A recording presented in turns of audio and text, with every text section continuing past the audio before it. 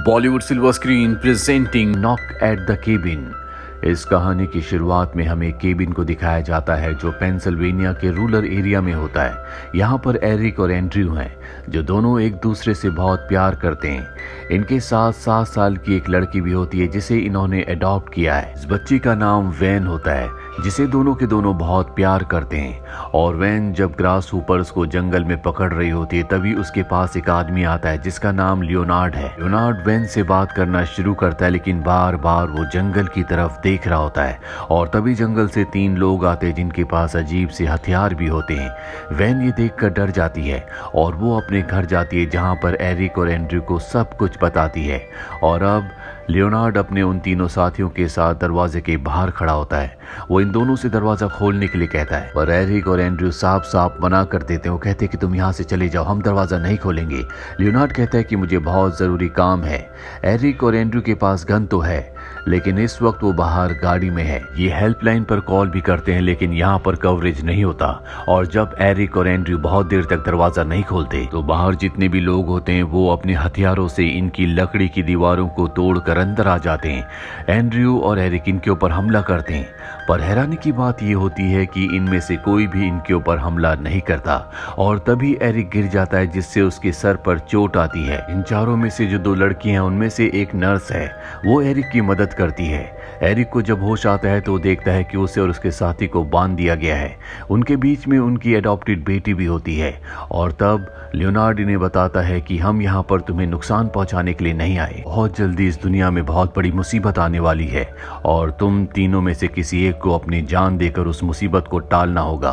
Nurse बताती है कि मैं बहुत दूर से आई हूँ और यहाँ तक पहुँचने के लिए मुझे अपना सब कुछ बेचना पड़ा।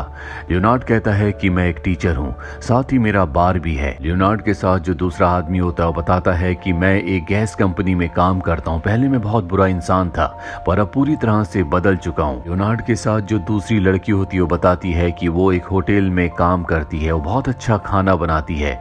दरअसल वो एक कुक है।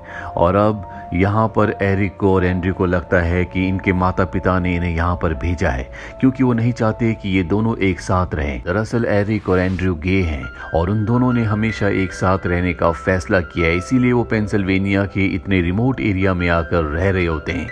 यहाँ पर जो लियोनार्ड होता है वो इन सब को बताता है कि हम सब ने विजन्स देखे हैं जिसमें हमने देखा कि दुनिया पूरी तरह से तबाह हो गई।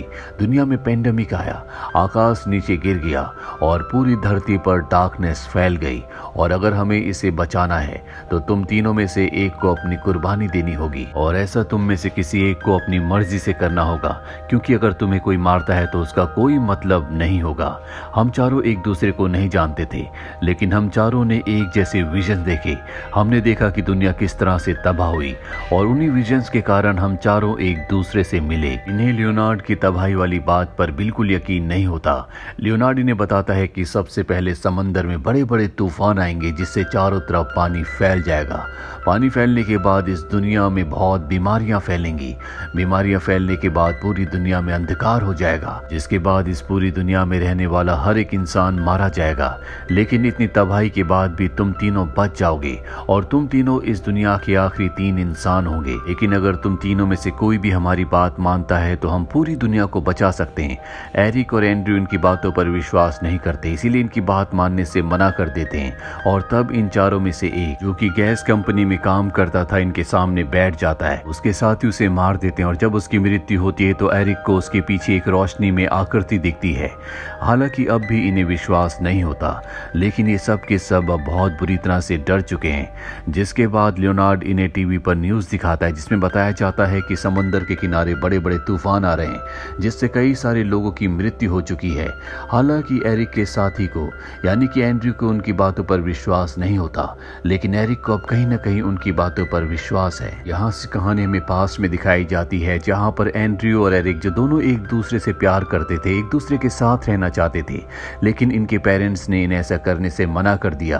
पर कुछ टाइम के बाद इन्होंने तय किया कि ये एक साथ रहेंगे और इसके बाद इन्होंने इस बच्ची को अडॉप्ट किया और उसे लेकर पेंसिल्वेनिया के इस रिमोट एरिया में इस केबिन में रहने के लिए आ गए। कहानी वापस प्रेजेंट में आती है जहां पर नर्स को दिखाया जाता है जो एरिक के सिर पर पट्टी कर रही होती है। वो एरिक को बताती है कि हम चारों को एक जैसे विजन्स आते थे और उन्हीं विजन्स में हमने तुम्हें देखा था, तुम्हारे परिवार को देखा था, इसीलिए हम सब के सब यहाँ पर एक साथ आए। वहीं अब एरिक और एंड्रयू की बच्ची वैन को दिखाया जाता है जो भागने की कोशिश करती है लेकिन लियोनार्ड उसे पकड़ लेता है और जब वो उसे अंदर लेकर आता है तो एंड्रयू से बताता है कि जिस साथी को तुमने मारा है मैं उसे पहचान गया। कुछ सालों पहले मेरा बार में उससे झगड़ा हुआ था, इसीलिए शायद वो मुझसे बदला लेने के लिए यहाँ पर आया था। लियोनार्ड कहता है कि मैं ये नहीं जानता, मैं उसे पहले से नहीं जानता था, लेकिन सबसे पहले उसी ने हमें इन सब घटनाओं के बारे में, यानी कि जो तबाही आने वाली है जिससे पूरी दुनिया खत्म हो जाएगी, उसके बारे में बताया था, जिसके बाद हमें भी विजन्स आने लगे। अब यहाँ पर इनकी जो बच्ची होती है जिसका नाम वेन है, वो बड़ी चालाकी से एंड्रयू के हाथ में एक नाइफ दे देती है ताकि वो अपने हाथ खोल सके और तभी वही कुकीज के सामने आती है। वो एंड्रयू को बताती है कि दूसरी तबाही का वक्त आ गया है, मैंने इसका विजन देखा था, मेरे बच्चे मारे जाएंगे और मैं उन्हें बचाना चाहती हूँ, उनमें से किसी एक को मेरी बात माननी होगी। लेकिन ना तो एंड्रयू और ना ही एरिक उसकी बात मानते, जिसके बाद उसके साथी उसे मार देते हैं। और अब ये न्यूज़ देखते हैं, न्यूज़ में दिखाया जा रहा होता है कि दुनिया के बहुत बड़े बड़े देशों में फ्लू फैल चुका है जो कि बच्चों के लिए बहुत ज़्यादा खतरनाक है, जिस वजह से कई बच्चों की मृत्यु हो चुकी है। लेकिन एंड्रयू को लगता है कि सारी पुरानी खबरें हैं, इसीलिए इन्हें सब कुछ पहले से पता है, ऐसा दुनिया में कुछ भी नहीं हो रहा। और एरिक को कहीं ना कहीं इनकी बातों पर विश्वास हो रहा है। अब उसे लगता है कि इन चारों के पास अलग अलग ताकतें हैं, इसीलिए जब पहले की मृत्यु हुई तो सुनामी आई, दूसरी की मृत्यु के बाद पूरी दुनिया में फ्लू फैल गया और जो तीसरा है उसके पास इस दुनिया में कीड़े लाने की शक्ति होगी जिससे वो इस पूरी दुनिया के खाने को खत्म कर देगा। और चौथे के पास ऐसी शक्ति है जिसकी मृत्यु के बाद इस पूरी दुनिया में अंधकार छा जाएगा, यानी कि हर एक इंसान मारा जाएगा। दरअसल एरिक ने इन चारों को लेकर अपने दिमाग में अलग ही स्टोरी बना ली होती है, जबकि इन चारों का कहना होता है कि ये यहाँ पर दुनिया को बचाने के लिए आए हैं। 4 में से अब 2 मारे जा चुके हैं। अब यहाँ पर जो वैन होती है वो जोर से चिल्लाती है जिस वजह से इनका ध्यान भटक जाता है। और ठीक उसी वक्त एरिक और एंड्रयू जिन्होंने अपने हाथों की रस्सी काट ली होती है, एरिक इनके ऊपर हमला करता है, इन्हें अंदर रोकता है, जबकि एंड्रयू बाहर जाता है, अपनी गाड़ी से गन निकाल के अंदर आता है। साथ ही उसने उस आदमी के आई कार्ड को भी निकाल लिया होता है जिसकी अब मृत्यु हो चुकी है, जिसके बारे में उसने लियोनार्ड को बताया था कि कुछ साल पहले उसकी उससे बार में लड़ाई हुई थी। लेकिन उस आदमी ने लियोनार्ड को, एंड्रिक को और सबको अपना नाम कुछ और बताया था, जबकि एंड्रिक को उसका कुछ और नाम पता था। और जब वो उसका आई कार्ड देखता है तो उसका वही नाम होता है जो एंड्रिक को पता था।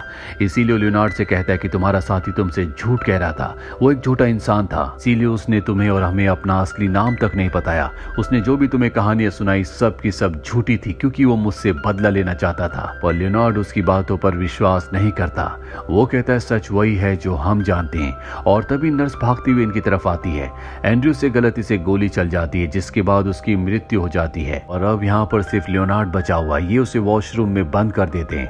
लेकिन कुछ ही देर बाद इन्हें वॉशरूम से कांच टूटने की आवाज आती है, इन्हें लगता है कि वो भाग गया। और जब एंड्रयू दरवाजा खोलता है तो लियोनार्ड वहीं पर होता है, वो उसकी गन छीनकर उसी पर तान देता है। और तभी टीवी पर न्यूज दिखाई जाती है कि दुनिया में कई जगहों पर अपने आप ही प्लेन नीचे जमीन पर गिर रहे हैं जिससे कई लोगों की मृत्यु हो चुकी है। और जो लेडी न्यूज पढ़ रही होती है ठीक उसी तरह से यहाँ पर लियोनार्ड भी एक एक शब्द बोल रहा होता है क्योंकि उसने इस न्यूज को पहले ही अपने विजन्स में देख लिया था। और एंड्रयू को अब भी उसकी बातों पर विश्वास नहीं हो रहा होता, लेकिन एरिक को उसकी बातों पर विश्वास है। इसके बाद लियोनार्ड बाहर जाता है और वो अपने आप को खत्म कर देता है और अब उसकी भी मृत्यु हो चुकी है, जिसके बाद आसमान में दिखाया जाता है कि पूरी तरह से काले बादल छा चुके हैं। लियोनार्ड ने इन्हें मरने से पहले बताया था कि मेरी मृत्यु के बाद तुम्हारे पास कुछ ही मिनट्स होंगे, तुम्हें वैसा करना होगा जैसा हमने तुम्हें कहा है, नहीं तो पूरी दुनिया खत्म हो जाएगी।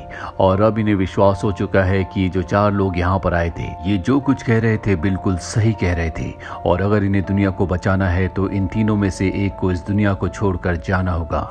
एरिक को पूरा विश्वास है कि दुनिया को बचाने के लिए, अपने परिवार को बचाने के लिए उसे अपना बलिदान देना होगा, क्योंकि उसने जिस रोशनी को देखा था उसमें उसने एंड्रयू को और अपनी बेटी वैन को बड़े रूप में देखा था, यानी कि उसे ही चुना गया। उसका प्यार सबसे ज्यादा प्योर है। इसके बाद एंड्रयू अपनी बेटी को लेकर केबिन से बाहर आ जाता है और तभी केबिन ब्लास्ट हो जाता है, यानी कि ईश्वर ने, कुदरत ने इनकी बात को मान लिया। एरिक अब इस दुनिया में नहीं रहा। इसके बाद एंड्रयू अपनी बेटी को लेकर बाहर सड़क पर जाता है, जहां पर उसे गाड़ी मिलती है। ये गाड़ी उन्हीं चारों लोगों की होती है जो यहाँ पर इन्हें मैसेज देने के लिए आए थे। इस गाड़ी से एंड्रयू अपनी बेटी के साथ टाउन में जाता है, जहां पर वो न्यूज देखता है कि दुनिया में जितनी भी तबाही हो रही थी अब वो पूरी तरह से रुक चुकी है। जो न्यूज देखकर एंड्रयू को पूरी तरह से विश्वास हो जाता है कि उन चारों को ऊपर वाले ने विजन दिखाए थे ताकि वो दुनिया को बचा सके।